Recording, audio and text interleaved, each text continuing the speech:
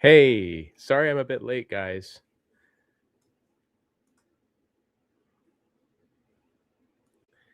Yeah, okay, we're here now. And all right, slide things around. There's two of you here. Sweet. Okay. Chris is here, Loki's here. No show. Of course I'm here, man. Just was over hanging out with Rachel and the crew for a bit. Hey, Chris. Glad you guys are here. Okay, there's three. All right. Cheers. Joe, how you doing? Good morning, bro. Joe, I sent you a Instagram, I think, of those blues albums that you were interested in. Sue, hi. Ed, pumping vinyl, cool Orioles hat. Thank you, man. Speaking of the Orioles, we the last week the O's signed pitcher Ryan Helsley, which was really good, and they just signed Pete Alonso, took him away from the Mets, five-time All-Star first baseman. So very exciting to see how that's going to work out. Should be good. Hey, Jens. And yeah, I'm looking forward to spring training and to see how things are going. Had a rough year last year, lots of injuries, and yeah, so hopefully they can get back where they need to be, where they were 2 and 3 and 4 years ago. Oh, sorry, Loki. You and Chris Vinyl Piper were here before I came on, and you got the chat going. Hey, I am one of us. Glad you're back. Okay, so let's see. About at 9 o'clock, my baby sister came and picked up my wife Rochelle and my youngest daughter to take them to the airport to go to Ireland for a month. Hey, Ian, a whole month. I'm going to be by myself here through Christmas and New Year's, and I thought maybe I should do a couple videos or something. I should really work on my top 25 for 74. But I don't want to just hold up the records. I want to be able to say some stuff about them. So we'll see. Maybe I can get the motivation to do it. But yeah, so for the hopefully for the next 4 weeks we can hang out maybe a little bit more, and I'll be doing some record stuff. Still got a whole lot. I got about 300 records down at this coffee shop, and I've been selling, but I'm worried that they're not keeping track of what I've been selling. I took them in a month ago and I've texted the owner, haven't heard back, and I noticed records are I'm selling some, and I have the little sticky note, like these sticky notes that are on them, and they're supposed to be collecting them. So I'm really I don't know. After the stream today, I'm gonna go down and see what's up. I have a hard time confronting people, but I don't know, man. When I'm selling records that I paid for and I got them in there, and if it's not working out, I need to pull my records out and look for something else. So we'll see how that goes. Logie, you know where Rochelle is. She just left for the airport. She's getting on the plane here in an hour or so. Did I ask them? Herc, what do you mean, did I ask them? Bill, how you doing, Bill? Glad you're here. Anyway, so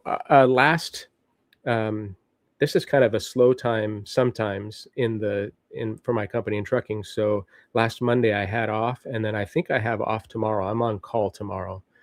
And I got on the Facebook Marketplace and found some records. So I went to two different places and picked up some records last Monday, and I got a stack of about 20 or so here that I'll show you. Oh, and I want to thank you guys for last week's show when I sold a bunch of records. Some of you really came out for me to help fund my album release. Mark Anthony Case, he's got the first side mastered. He's working on the second side this week, and I'm going to take, within a couple weeks, I'm going to take the photos for the album cover, and it's still, it, this is a new process for me, but it's still chugging right along, and I think it's going to work out. Fingers crossed that it's going to work out. But the I did really well last week with you guys, and I really appreciate that. That went in the record fund, and it's going to take a big bite out of the cost to reprint that. So, okay, Joe, your box should be delivered tomorrow. Okay, did how do you track that, Joe? I didn't send you a tracking number, but yeah, it should be. You should get it. I mailed them the next day. I think I mailed it on Monday, so you should be getting it. Some other people have gotten their records already. So I saw, Joe, I think you got the John Lee Hooker Kabuki Wookie album. I think I saw you spin that on your little short. That was really cool. I know, Chris, they're never psych, right? I still look. I'm still looking all the time, and it's fun to keep an eye out for those records for you. Yeah, the title of the album is called "The Company You Keep." It's kind of a play on words a little bit, but yeah, that's the title. So that'll be hopefully coming out the end of February or March. Okay, so records that I got last week. It's kind of funny. I talked to this one guy. The first place I went, and it was in Salem, which it was about 20 minutes drive in South Salem from where I live. And when I pulled up to his house, he had the garage door open, and he had 2 TV trays with 2 boxes. He had about 50 records there, and he had this light shining down on it, and he was just standing there, and they were his dad's records. And I think I got 9 or 10 albums from him, which was kind of funny. It was just this whole empty garage, and as soon as I pulled up, he had them all set up there for me to flip through, and we had a nice chat and talked about things. But I got some really, really cool ones I'll show from him. And then I went to a new house construction site where these young guys they were remodeling a house, and they had found, I don't know, about 100 records that maybe about 75 records that they got, and I bought the records that they got out of and I found out that I actually work with one of the guys' dad, so we talked for a while. It was a rainy Monday last week, so that was really cool. Fluffy, how you doing, man? Anyway, so let's go through these records that I got. Some of them are common, some of them are pretty cool, and these are all ones that I'm going to put for sale in the shop or whatever. So if anybody wants anything, let me know. But this was kind of cool. This is a sealed box of The Shadow, starring Orson Welles. I don't know if it's a radio. I'm not going to open it, but I don't know if it's like a radio show. It's a 3-record set, the Murray Hill Radio Theater. So yeah, that's kind of interesting, but nobody ever opened it. I think it has a date, 1979. This came out, still sealed. Kind of cool. There were a couple of Fleetwood Mac, Fleetwood Mac albums. Got that one, and got Rumors. It's in okay shape. It's not bad. It's got some wear on the cover, but that's an easy seller. Those go really quick. There were 2 copies of Hotel California. One of them has the poster inside, which I thought was really cool. One of them is in pretty good shape, and the other one's in kind of VG shape. But such a great album. Such a, starting off with Hotel California and that guitar sound. But I'd never seen one with a poster inside, so that was cool. These are cool. I don't know. I bet a couple of you guys like Mahavishnu Orchestra. These were cool. These are in really good shape. I was really, really happy with these. Are in BG Plus shape, and they sound great. I'm not a big fan of Mahavishnu, but is there 74? Is it Mysterious Traveler? I think maybe. Is that their record? So that was cool to find those. It's always good. This is an easy seller for cheap. The Simon & Garfunkel's Greatest Hits. This was one of the first CDs that I ever got. So that was cool. Sounds fantastic. Couple of crooners. One of them was this Dean Martin in The Shrink.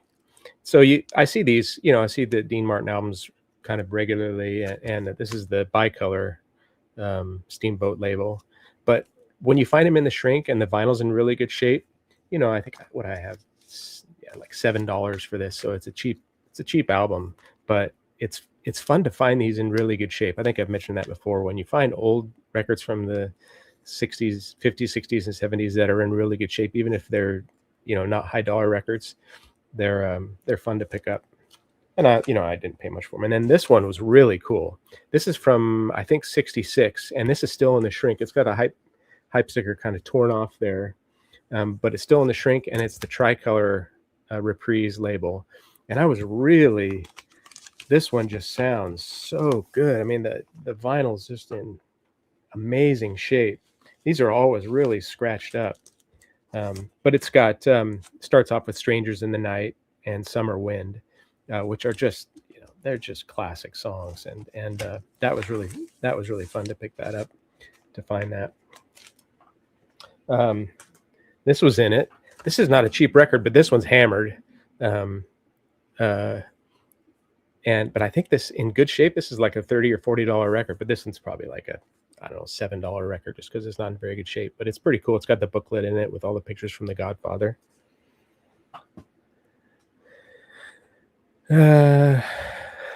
Marginally appreciated. Okay, check this out. This is really neat.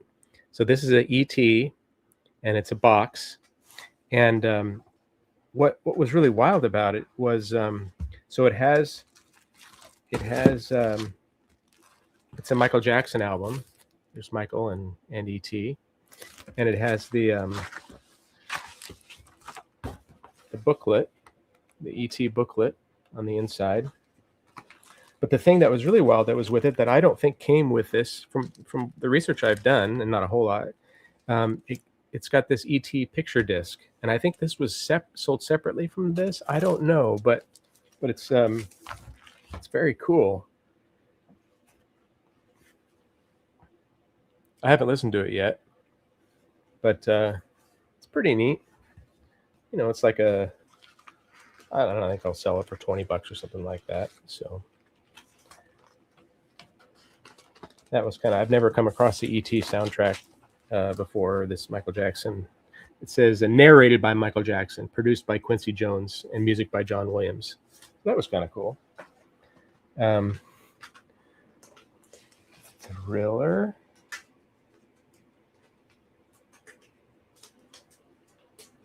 Why, yes, there was a copy of Thriller. Pumping vinyl. Okay, let's see. Blondie, The Hunter. Look at that hair. Fantastic. Here's another Blondie, In the Shrink, with some price tags. $7.89. Oh, from Fred Meyer. This is Auto American. Anyway, do you guys know this album?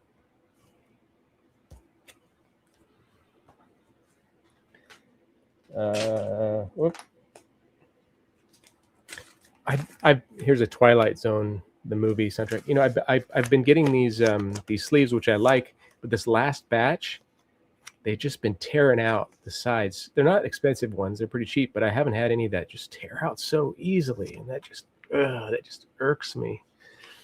Hey, Mazzy. Let's see here. Okay, here we go. Flock of Seagulls, The Story of a Young Heart.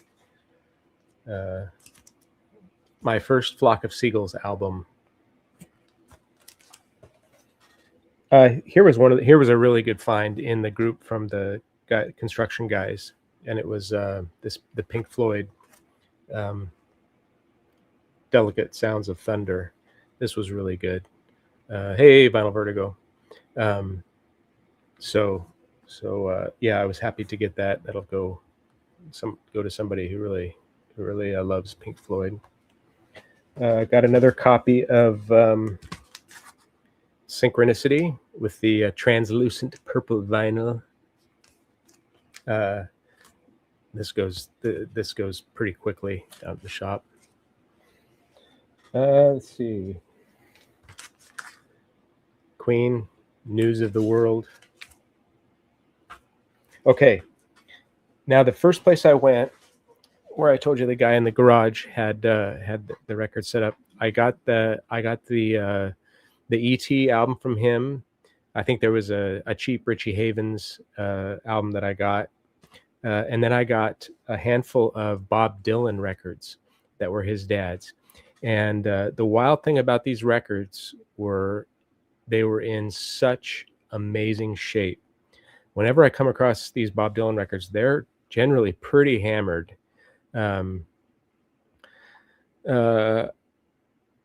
Yeah, Loki. A lot of people are asking for the interview format again. Yeah, I'll work on that. I need to get back to that. You're absolutely right. I need to hey, Randy, how you doing? Hey, thanks, Randy. If your box isn't to you, it should be there. I mailed it on Monday, so it should be there pretty soon. Thank you for your contribution to my project. That was a big help. I really appreciate it. Hope you enjoy the records. Those Devo bootleg is pretty cool. Hey, Miss You is here. Cool. So anyway, so I got these Bob Dylan albums. Street Legal was in there. This is just the circular album. John Wesley Harding, the 2i, Columbia. And I learned a lot more about there's so many Bob Dylan records and pressings and everything. I had to dig in to the dead wax and to the runoff and look for pressings and different things. This I have it. This is from '74. It was recorded, I believe, in the Forum in LA. This is in such good shape. I've never found one. It's a little sticker tear off here, but it's in such good shape. That'll be good for somebody who needs this album. It's a great concert from '74.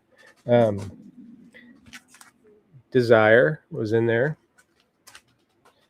Here we go. Nashville Skyline was in there. The 2i stereo. You want the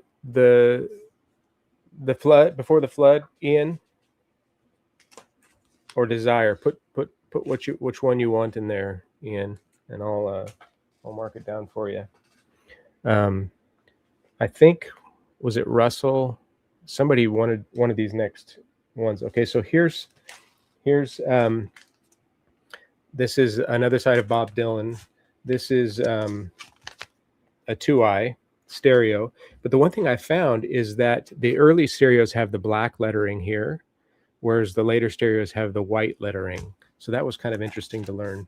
This is a Terre Haute press, and the vinyl, it looks near mint. Plays amazing. It's just I was just, when you pull these out, they're just so hammered, but this is just incredible. They were dusty, so I put them through the Humming Guru.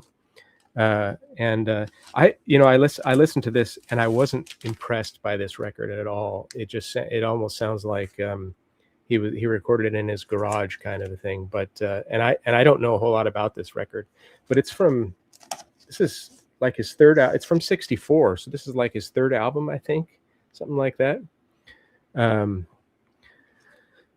Let's see. Okay, this is a first copy stereo of Bringing It All Back Home. It's Santa Maria Press, and I was able to find, this is not a cheap record in this pressing. It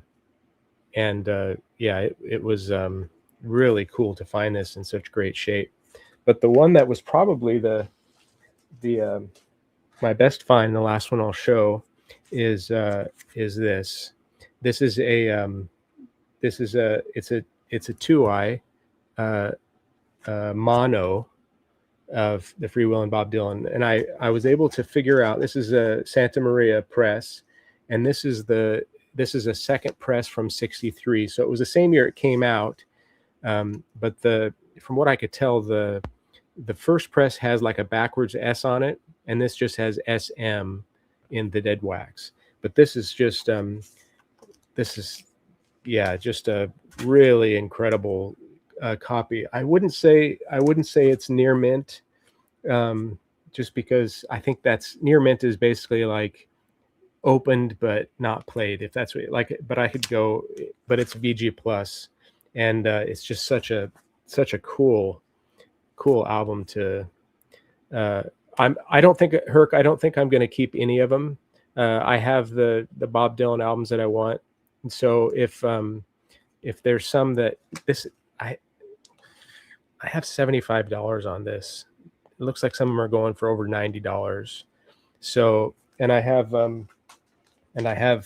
75 on this. But if you want to trade or do something, you guys are my pals. So I don't know. I tried to. I think they're priced under what they go for on, and then I have $42 on this one, and then the other ones are cheap. But I think that's probably, from what I can gather, there's such a huge range of pricing because of condition, but because of the condition these are in, I think that's probably fair. So anyway, okay, so the drink here. I noticed on Rachel's stream they were talking about CDs, and Mazzy was showing a bunch of CDs and stuff. So I thought, I got up this morning, I was wondering, man, what am I going to talk about on the show this morning? Chauncey, hey man, how you doing? You should have Chauncey, you should have something in the mail from me here before too long, some VCLT. So I thought, you know what, I'm just going to go dig into my CDs and pull out just a handful of them, a little stack of CDs that from, I don't know, 25 years ago that really, that meant a lot to me. And that were, before I was collecting, I had some records, but wasn't a record collector back then. And just albums that really influenced my my musical journey and the music that I played and that I wrote and stuff like that. Is it true that Rachel put a lock on the fridge with a timer to help you keep a regular schedule for the next month? You know what, Loki, I'm going to be doing some fasting actually. But I went. Rochelle got me a bunch of groceries, and I went and got. I got a $50 gift certificate from my work for Thanksgiving that I didn't use, and so I went and spent the $50 and got some eggs because I love soft-boiled eggs, and got a bunch of kombucha and some fish because I love fish tacos. So I'll be doing that over the next couple of weeks. But anyway, let's look at some CDs that were big. Now, the first CDs I ever bought were the BMG Music Club or Columbia, one of the two. Back in the 90s, like 92, were the 16 CDs for a penny a piece or something. Then you had to buy CDs afterwards. And how many times did anybody, not fulfill their obligation to buy 5 CDs in the next 2 years or whatever? They just got their free CDs and then joined under a different name or whatever else. But some of the in the first batch of albums that I got was you guys all know this album. This album was I got this in 92, and it was huge in my life, just massive. This album in my life, and basically made me a James Taylor fan forever. I love all his stuff. His 74 album Walking Man is in my top 25. It's so good. Ian, yes, come out. You're all welcome. I got beds to sleep in. Whoever wants to come and hang out for the next month, you're more than welcome to come and do that. In 92, a huge hit was More Than Words, and this album, it's got Wholehearted on it and More Than Words. I was a big Extreme fan, and their album Three Sides to Every Story, which came out in 93 or 4, something like that, is you can get a repressed vinyl for about $40.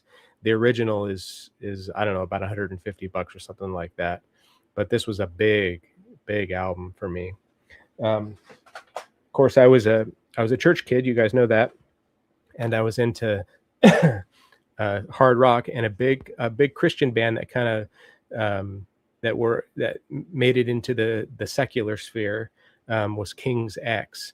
If I could find this on vinyl, man, I'd snap it up so quick. This was a big album for me. I remember distinctly, my dad, when I graduated, gave me a little Kenwood portable CD player, and I remember mowing the lawn to this album over and over and over again. This was really big in my life. I remember finding out about Nick Drake, and this was a great album to I think the original vinyl on this is skyrocketed. Marty Kenchauncey, make fish tacos and boiled eggs without a salad spinner. Hey, speaking of salad spinners, where's John? Where's Dagan? Hope he's doing good. Another one of those BMG 1 penny records was the Proclaimers. This has Walk 500 Miles on it. This was a real, I spun this over and over and over again. Very good album. Sunshine on Leaf, another BMG classic that I love. This was my introduction to Harry Connick Jr., Blue Light. And subsequently, I purchased many Harry Connick Jr. CDs along the way. I got this one, but I never listened to it very much. To the Five Boroughs. This maybe still in here. Yep, still there. But I don't think I listened to this a whole lot. I was never much of a Beastie Boys fan. What's your favorite Beastie Boys album? Does anybody have a favorite Beastie Boys album that I need to check out, that I need to stream? I never was a huge White Stripes fan, but when the Raconteurs came out, that has Jack White, M. Ward, who are the guys? I gotta look here. I forget, but this is such an amazing album. Do you guys like the Raconteurs? No, Fluffy, I was never totally into the Beastie Boys. I mean, I like them, but just don't know a whole lot about them. Boy, the print's too small for me to. Oh no, this isn't M. Ward. M. Ward was in Monsters of Folk, which is another CD that I really love. But this was really good. Stream this, guys, if you like it. Like White Stripes, it's better than the White Stripes, I think. I spun this a lot. Spoon's Gimme Fiction. When Spoon came out, I was a big fan of Spoon. And along the same lines and more obscure, and I don't think people know these guys. This is The Exit, Home for an Island. This is a really, really good rock album. Melodic, but yet just produced really well. The songwriting is very great, harmonies. And check out The Exit, Home for an Island. Really, really, really good. I like that a lot. Okay. Okay, here's I love these guys. Everybody knows the Shins. I have several of their albums. This is Waiting for the Night, Wincing the Night Away. This was really good. This was also around the time the Digipack came out, so it wasn't plastic, it was paper, and that was kind of a new thing at the time. And I love the Shins. They can do no wrong in my book. Yeah, Joe, I'm a bigger Black Keys fan too. I have some of their albums. I like them a lot better than the White. I always thought the White Stripes were, it was something new. Jack and Meg did, and I can appreciate that. It's kind of like I kind of thought of them as kind of like a Mark Rothko painting, where you weren't quite sure that you weren't quite sure that it was, am I just supposed to like this, or is it really something revolutionary? And then the more you do, the more you realize that it is something new and something worth appreciating. Uh, I'm a huge Paul McCartney fan, and my favorite album, and I have the CD, but I couldn't find it, is Off the Ground from '93. That original album goes for hundreds of dollars. Mazzy has a copy that I just about stole from him, but I want to get I. They didn't release the vinyl, I don't think, in the U.S. You have to get a UK copy, and that's probably my Off the Ground is probably my biggest. Um, Grail. That's the Grail that I want more than anything. If I could get a hold of the Off the Ground, which is great. But an album that a lot of people don't know about, but that I think is really good, is Run Devil Run, by Paul McCartney. And this is all like 50s rock kind of, Blue Jean Bop. She Said Yeah, All Shook Up. It's just a bunch of covers, and I think he's got some original stuff on here too. But it's all that kind of classic rock stuff, and it's really good. I don't know if I suppose it's on. I don't know if this is on Spotify, but it's probably on YouTube. You could probably stream it. This kind of Huey Lewis and the News did 4 Chords and 7 years ago, which Chance Concert Buddy is a big fan of too. He knows that album. This is kind of one of those kind of obscure albums that people from huge artists that people don't know about. But this is really good. I really like this Paul McCartney album. Yes, Jens, I have the Thorns album with who's the it's Matthew Sweet and what's the name of that guy? He had a big hit. I loved that Thorns album. Played it over and over and over again. It's I don't know if I'd call him Sean Mullins. You got it there. Yes, yeah. That's a great, sweet harmonies on that Thorns album. I didn't come across that in my stack. I wonder if I gave that to my nephew or something like that. But that's a really good album, the Thorns. Loved this album, Tenacious D. I remember this. It's pretty raunchy, but this is when I first discovered Jack Black and Kyle Gass, and this was before before that crappy movie. But this is such a great. I picked this up at a pawn shop, I think, but this is a really good album. Love this album so much, and it's fun to sing along to. This is a really fun album to sing along to. Kilbasa, One Note Song. Oh, Tribute. My goodness. Wonder Boy. Oh yeah. Classic album. You have 3 boiled eggs in your Sue, do you do soft boiled eggs? I love them when they're soft boiled. I get the water boiling, put them in for 6 minutes. I set my timer, put them in for 6 minutes, and then right into the ice and let them and boil them for 6 minutes, and then put them right into a soft gross. No, I love the runny yolk. I mean, it's so good on everything. What I did is when I went and got the groceries, I got the eggs to do the soft boiled, got a package of Jimmy Dean sausage, and got a package of American cheese and some English muffins so I can make my own sausage egg McMuffins. I'm excited about that. I think I'll do that for dinner tonight. My favorite director is Paul Thomas Anderson. This is the soundtrack to Magnolia, and it features Amy Mann. She has a copy of One. One is the loneliest number, and it's really good. This movie had a big impact. This came out after Boogie Nights. Sue, Hard Eight, the one that I sent you. This is the same director. So if you get a chance to watch Magnolia, it's definitely a P.T. Anderson movie, and it's really good. It's Jason Robards, Tom Cruise, John C. Reilly is fantastic in this. Just a bunch of really good people in this. A movie that's in my top 10 movies of all time is Wonder Boys.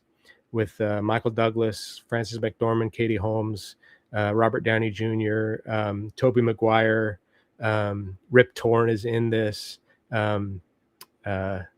John Boy from the Waltons, I forget his name, the actor, he's in it. Watch this movie. The Bob Dylan does some of the songs on it. Neil Young, Tim Hardin, Clarence Carter. There's a Leonard Cohen song here. John Lennon sings Watching the Wheels. Van Morrison, Buffalo Springfield, Tom Rush. Such a good soundtrack. So good. And the movie is just a beautiful movie. Who's the director of this? It's not Terrence Mann, is it? I can't see. It's too small. But watch Wonder Boys. It's in my top 10 movies of all time. Really, really good. And I got it for 50 cents. Okay. An artist that was really, really influential on my own music. I don't have any Wilco albums up here. Of course, they're uber influential on me. But an artist that I love so much and have more. I've got six CDs here to show, but I have more, and I have more of his that he can just do no wrong as far as it's kind of strange music, but it's Stephen Malkmus, and I think he lives in Chicago now, but he lived in Portland for a time and then in Berlin and whatever. But it's unique. It's kind of disjointed. His vocal stylings are strange, and if I could say that one artist influenced my own music, this would be the guy that did it. I think he let's see, he was in a group before he went on his own. He was in Pavement, which was a big kind of, I think it's alternative. I think you'd call it alternative. This is Wowie Zowie. And then the band he was in, let's see, he did Face the Truth and Pencil Rot. And then he was in a band called Stephen Malkmus and the Jicks. This is Real Emotional Trash. These are all just such great albums. It takes a little bit to get into them. But once you do, it's almost like there's some prog to it as well, but it's not like 70s prog. This is Wig Out at Jagbags. And then Pig Lib is a big album for me. Really, really love these albums so much. So Stephen Malkmus, check him out, guys, if you want something new to listen to. Another band that I really love from the early 2000s was Ween. And this is Quebec. This has got so many good songs on it. Zoloft. It's going to be a long night. What is it? I can't see. I'm so blind. You guys know Ween. Let's see here. Chocolate Town. Yeah. What's the one? Bananas and Coke? I think it is something like that. They made a country album called, I think it's called 12 Golden Country Classics. That's got so many. It's only got 10 songs on it, but it's really, really good. I love Ween. I'm sure you guys probably like Ween too. Another big artist or band for me was Marcy Playground. Their one hit was Sex and Candy. Everybody knows that song. I like sex and candy. This was really good. This came out in like 93, I think. This was really good, and they've got a few other albums. This is MP3, their third album. Their second album is, I forget their second album, but it's really good, man. These guys are just Northwest band that every song is just a hit. So good, so good. John Wozniak is essentially Marcy Playground. Here's an album that is in my let's see, I'll show who's first. Okay, so this is Dan Byrne. This guy is a friend of Harry's. Harry has hung out with this guy several times. He stayed at Harry's house. Dan Byrne and the IJBC, which stands for International Jewish Banking Conspiracy. And his songs are he's kind of like a modern day Bob Dylan.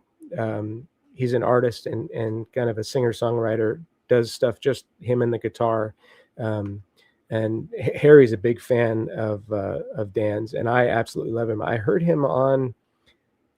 I discovered him. His song was on a soundtrack. I don't know if it was it was he on Dumb and Dumber or something like that? But this is New American Language, and really, really good artist. Really like him. So an album that's in my top 5 of all time albums. And I don't know. I've never seen the vinyl. I haven't even looked it up, so I don't know if it's even available. But this is Tears for Fears, Elemental. This has got their hit Break It Down Again, and this came out in 93, 92, 93. I graduated high school in 92, so I was buying a lot of. I wasn't married yet until 96, so that was a period where I bought a lot of CDs. And this album is this transformed my life, and it still is just as great as it's ever been. So good. This is Roland Orzabal. He's half of Tears for Fears. This is after Kurt Smith left the band, and so he was just Tears for Fears was just Roland Orzabal. And after this, he came out with Raul and the Kings of Spain, which is also really, really good. And then he came out with a self-titled album called Tomcat Screaming Outside, and this is really good too. But the one that I love so much is Elemental.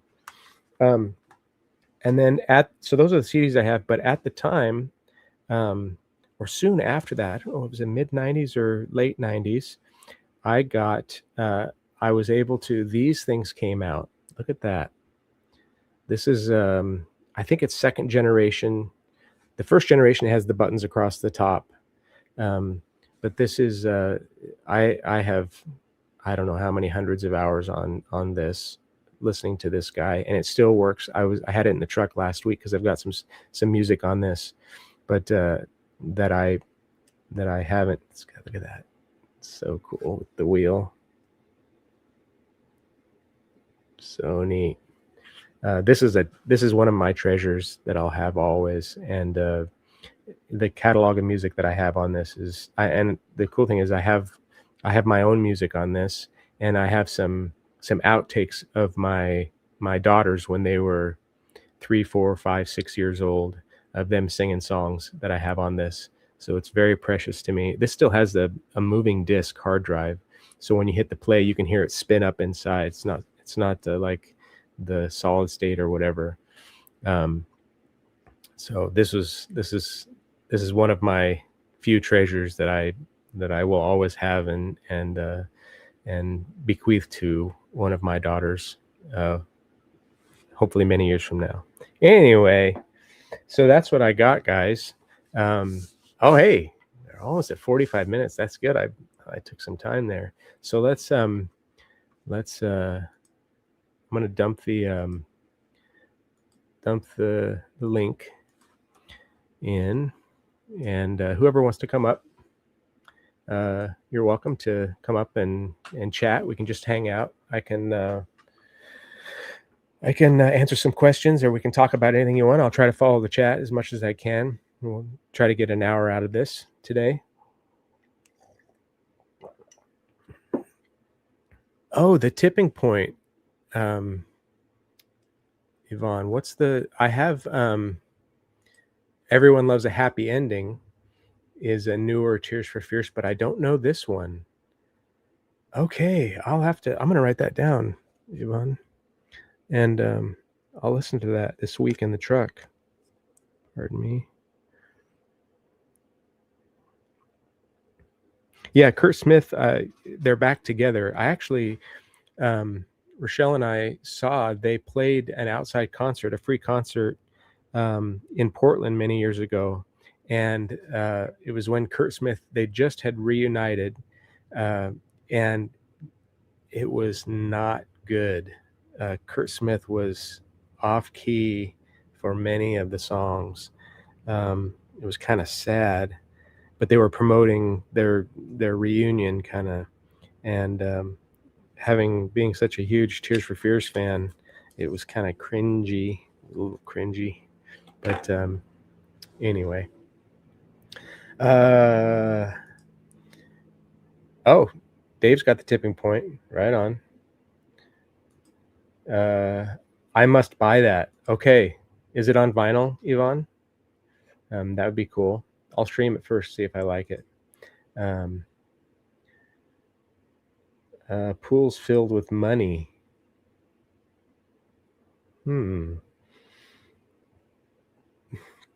Yeah, Yvonne, you're feeling under the weather. So I packaged up your records, Yvonne. Rochelle has it, and she's also going to send you a hat. So they'll be in separate packages, but you should be getting one of my trucker hats in the mail sometime in the next couple of weeks.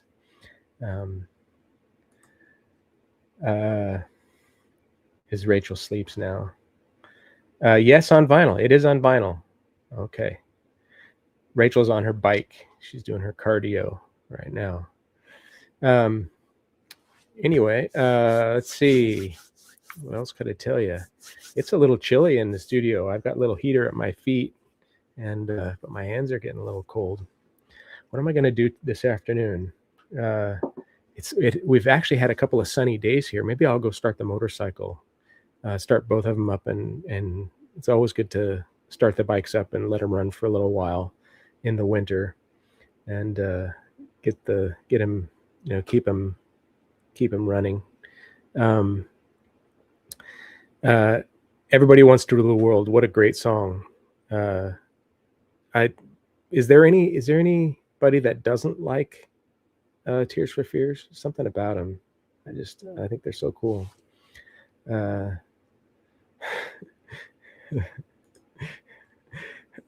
She Better Not Outlive You, though. Sue, yeah, who knows where we're all. Sometimes I think about, I don't think I want to outlive Rochelle, but I don't want to make her sad by dying before her. It's no fun to think about, that's for sure. Let's see. Oh yeah, I just replaced my battery on my 1980 Honda CB900, and yeah, it just too long of getting by itself. I don't ride it a whole lot, and so I think the weather, the cold, and the weather just took the battery out. So yeah, it was needing to be done. So oh, Loki's backstage. That I know that's not Loki. You don't like Sowing the Seeds of Love album? Too derivative. Okay. All right.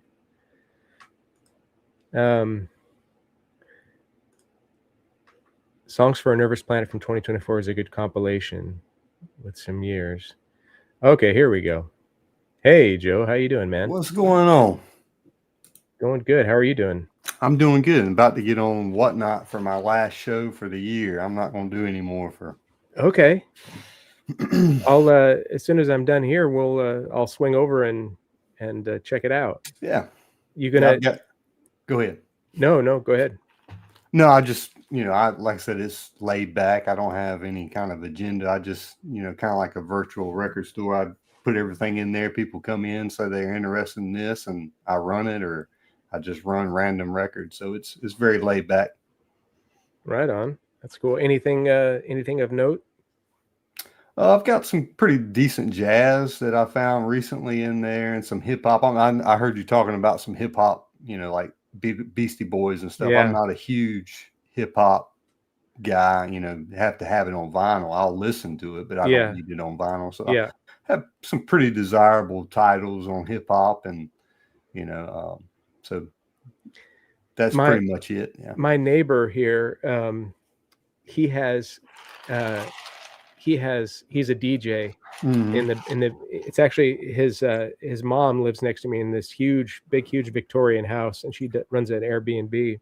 Right. And up in the attic, he brought all of his vinyl, and I'd love to score some of them because he's got a whole bunch of great albums. But he has probably 300 different hip hop albums, and I was going through some, and he was showing me some of his hip hop albums and real obscure stuff. But I Right. guess some of that stuff is worth a lot of money. Yeah, a lot of that hip hop come out, you know, especially the desirable titles come out in the 90s. So, I mean, they're very, you know, they Yeah. just didn't make many on vinyl. Right. So, and the ones that they did are desirable. But I mean, a Yeah. lot of that stuff, like you were showing earlier, a lot of that alternative grunge type stuff came out during that same time Mhm. period. And they just, I don't know, is it worth the money they're asking for them? I don't think so. You know, I think they just need a reissue, to be honest. Yeah, exactly. Like, I'm not the extreme 3 sides to every story. Uh, I'm not gonna pay up for the original, but no. I'll definitely pay, you know, 40 bucks for a repress just You so I can showed have. some, was it Ween?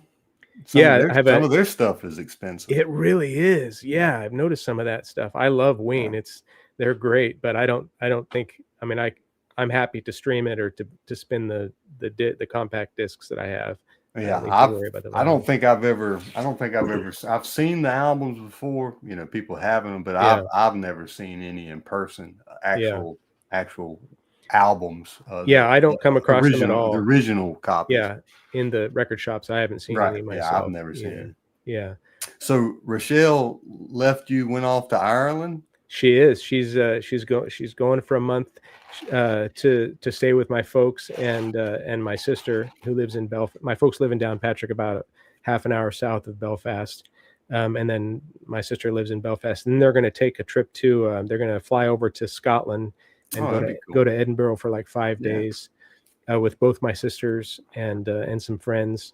And then my two youngest daughters will be over there at the same time. That's cool. And yeah, I'm excited for her to go over and She's been before? yep, yeah, we've all been several times. I went by myself for 10 days last April. So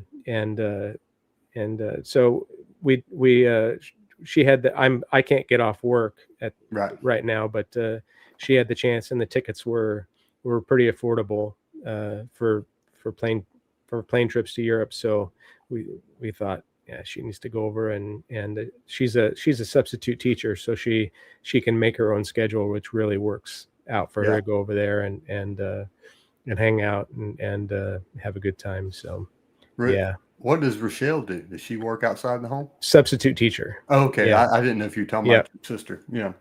Yep. Oh, yeah, that's great. My sister, both of my sisters are younger than me, but the older one is her and her husband run they're employees for a 150-year-old Methodist church that is called Balnafai, and it's right in Belfast, and it's this huge church that they've been hired by. The church has got like 30 people, 30 members, and they're all like 70 plus years old. Right. So they hired my brother-in-law and sister to rebuild to make it into like a community center. Right. So the auditorium, it looks like almost a Shakespearean theater. It has this big wraparound with a balcony and all this old wood and whatever. And they're remodeling there's a parsonage that's hooked to the back of it that they're remodeling, and it's this big. They've been working on it for the last 4 years, and they just started construction about a month ago to redo this whole thing. And they have this they have like a food when the weather's nice, they have a food court outside around the community. And when I was there in April, they had their kind of grand opening, and there was about 500 people there with local political what do you call that?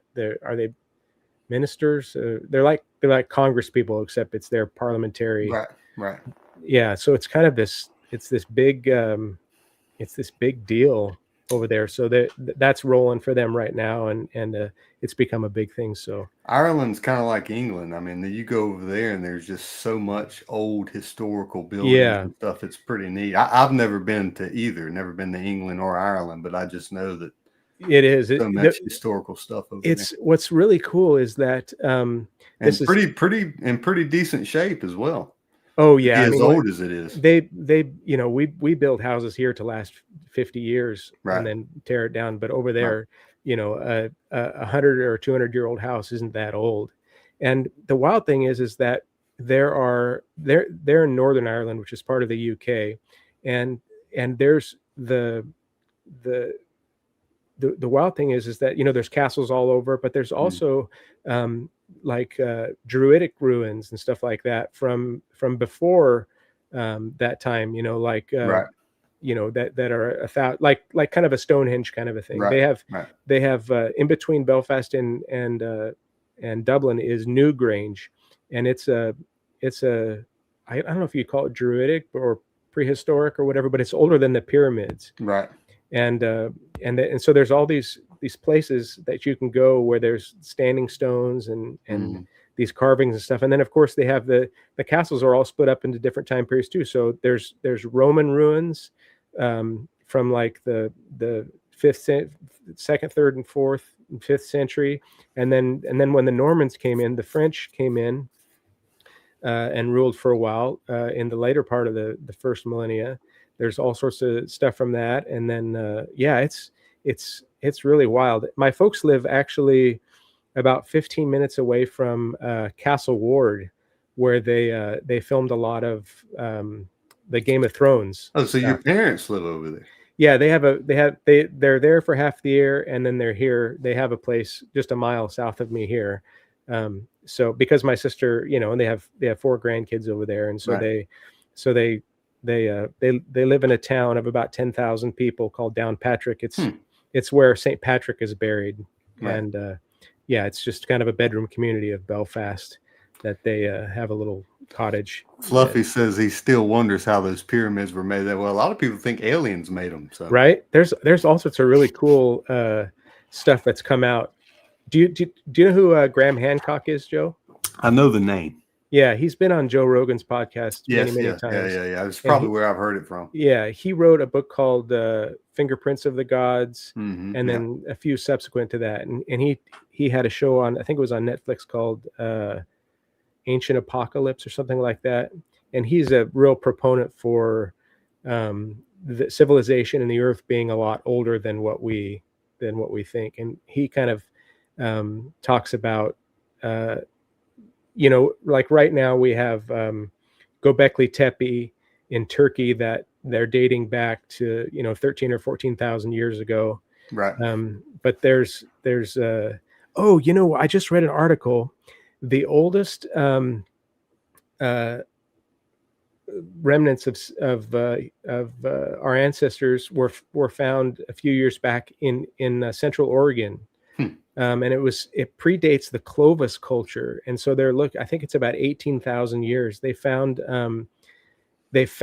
one way they were able to date it is that they found some like agate scrapers and stuff like these tools, ancient tools, and they were able to date a lot of it with carbon dating, of course, but it was below a layer of volcanic ash.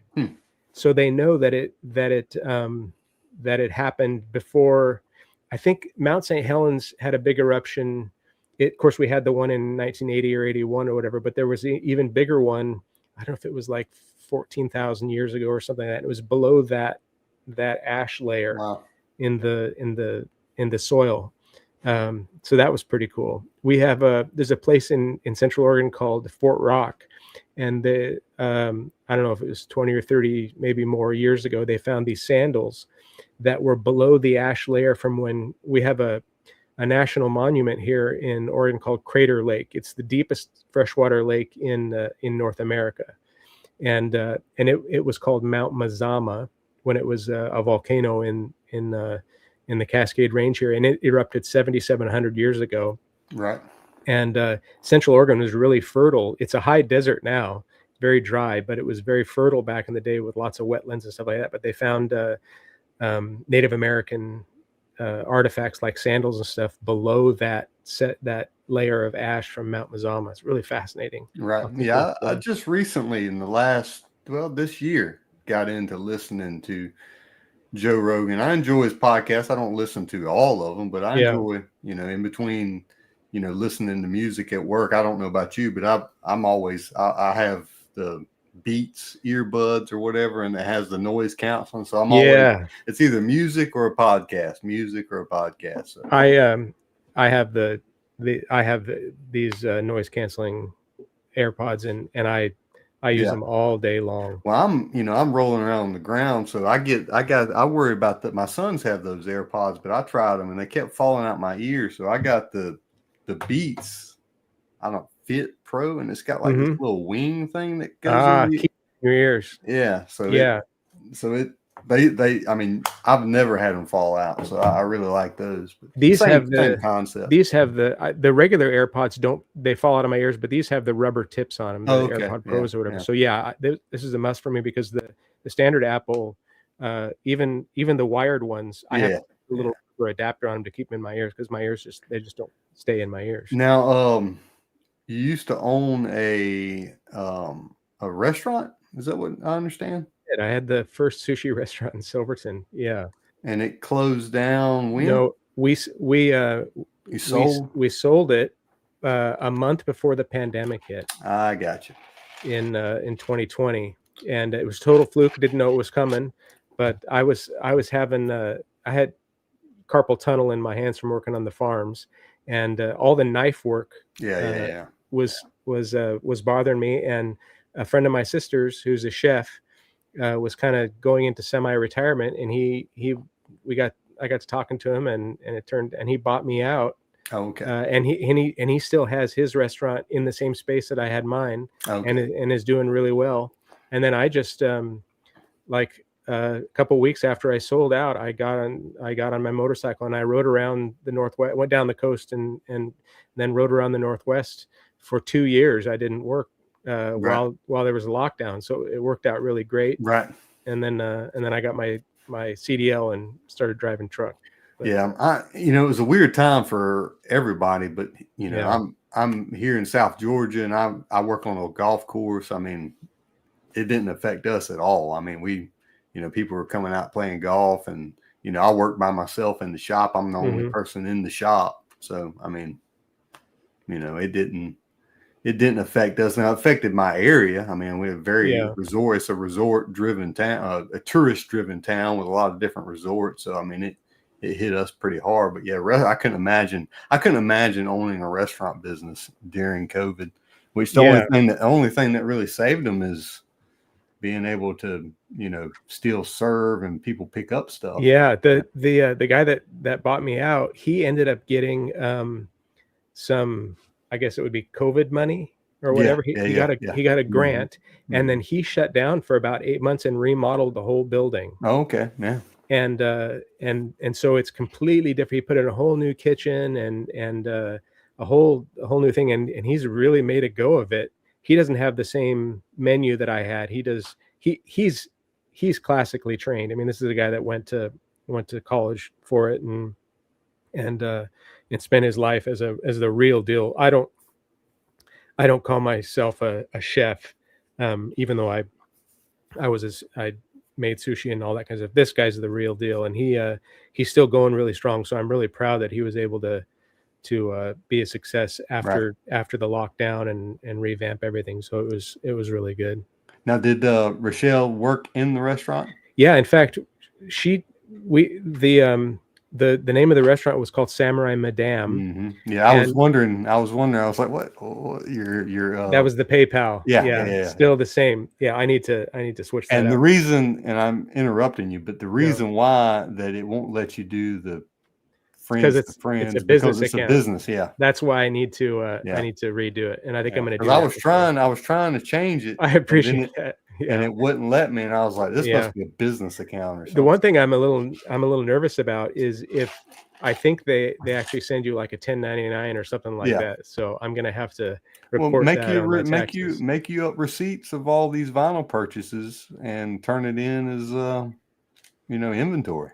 Yeah, I'm gonna have to square something Claim it away. on your taxes. Yeah. Yeah, yeah, I mean, that's what I do. I have yeah, a LLC, yeah, and that's what I do for every vinyl purchase I make, regardless if I keep it for right now or if I'm buying it to sell. It's yeah, inventory. yeah. I think that's what I need to do. So Rochelle actually made French peasant food. We had a rice bowl every day, and so she would people who didn't like sushi. She always made a slow cooked rice meal that we whether it was like beach. I've never heard of that term, It French. wasn't just French peasant food, but it was like savory European food that I got that we'd put over sushi rice. So we called that the daily bowl, and she you. did that. So she worked the front a lot, and I was in the kitchen. And then I did it to as kind of an art project with my 4 daughters, and they all worked in the Huh, restaurant off and interesting. on. Yeah. Yeah, and then subsequently, 2 of my daughters went and worked when they went to school at Oregon State and Corvallis. They both worked at a sushi restaurant there for several years, so they learned their trade, and then was able to. That was their job while they were going to college. So that was Good deal. cool. Yeah, it worked out great. Yeah, I've never been much of a. I mean, we have a few sushi, like legit sushi restaurants here in town, but I'm more of I like fried fish, fried shrimp, for sure. Yeah. that kind of stuff. Yeah, I don't.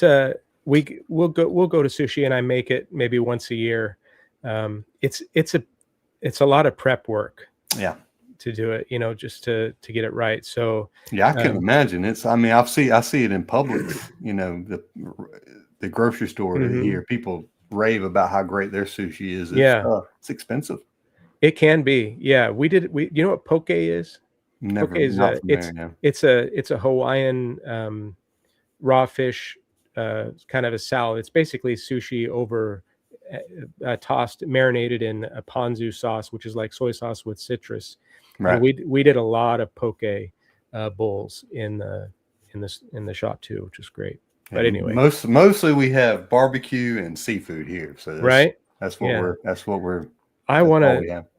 It's on my bucket list. I want to ride the bike up and down the East Coast sometime. Up, go down south and then across over into Florida and then all the way up into New England at some point in my 50s here before I get too old, before I get off the bike. Yeah, no, I understand. Yeah, the East Coast is probably the furthest I've been up on the East Coast is, well, your Orioles had. I've been up to Baltimore.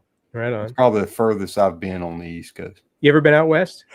The furthest west I've been is Wyoming and Colorado. Oh, really? Okay. Yeah, that area. But I've never been to the true West Coast. Yeah, yeah. It's paradise out here. I feel really, really fortunate to be here. Not a lot of people in Oregon. We only have 4 million people in Oregon, and Oregon I would love to go. It's bigger than the whole of the United Kingdom. Right. And the United Kingdom has 67 million people, so you can imagine.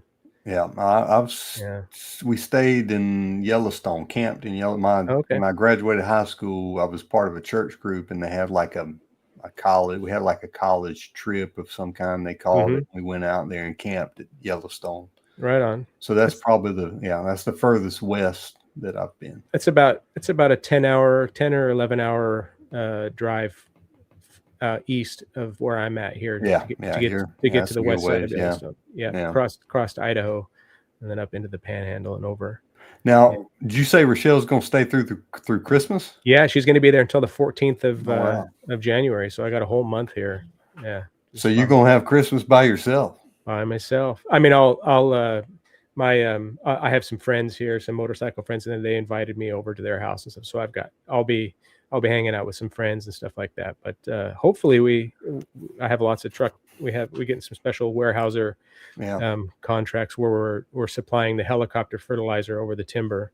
So that's supposed to be coming on. Hopefully that takes off a little bit and I can get a lot of time in the truck, not have to be at home alone a whole lot, but it's all good. I got lots of stuff to do and distance makes the heart grow fonder, as they say. Right. Yeah. So. It's Christmas. Christmas has always been my favorite holiday. My mom made it a big deal, and the weird thing now is she passed away. Let's see, 2021. She had lung cancer. Oh. And so it, and plus I know you've got older children. My oldest is 23 now, I believe. Okay. Or 20, and my youngest is 20. Oh, okay. So your kids, my oldest is 27, my youngest is 19. Yeah. So, So they're both out of the house. My stepfather remarried and moved in with his new wife, and they're living in the house I grew up in. Both my sons are. And really? They're like 5 minutes down the road. Oh, nice. Yeah. But I don't know. It's just different now, with my mom being gone and holidays or anything, because she just made a big deal, in which it still is a big deal, but it's just, I don't know. It's not the same. I know what I know, what I'm saying. It's just, I do. It's just different to try to keep that going on. Every now and then I'll get a wave of memory. Like I'll smell something that reminds me of the holidays when I was young and stuff like that. My family here in Oregon raised Christmas trees for 40 years. Okay. So that was always a big deal. Yeah. The Christmas was a big deal around here. And then of course, when you grow up in the church, there's always a huge Christmas program and all the kids and all that kind of stuff. So but I don't have that. I wish I did have the holiday spirit like I used to, but I just can't summon it up as much. I guess maybe it's because I got more responsibilities now. And, my wife's parents are both passed, so I mean it's a hard time for her too, because she has a sister, and she lives here, but I mean but they're busy and trying to get everybody together. My mom and her parents it was kind of forced you to get together. So. Yeah, absolutely. Well, it's we cracked an hour, so I'm gonna go take care of I came up to try to help you out there. It looked like you were. You did, Joe. You did. You absolutely carried me through. I appreciate it, brother. Yeah, no, that's great. I'm looking forward to the albums. I got your message on Instagram. I'll respond to you. All right, all good. I've just been busy the end of the week here. Yeah, I'm excited about the album. We'll see how it pans out. And it should be it's fun in anyway, even though I don't really know what I'm doing, but Mark Anthony Kaye's helped me out along the way. He's been a big help doing that. So anyway, all right. Well, I guess we'll say adios until next week, and we'll see everybody else this time next week. Thanks again, Joe. Have a good day. Thanks.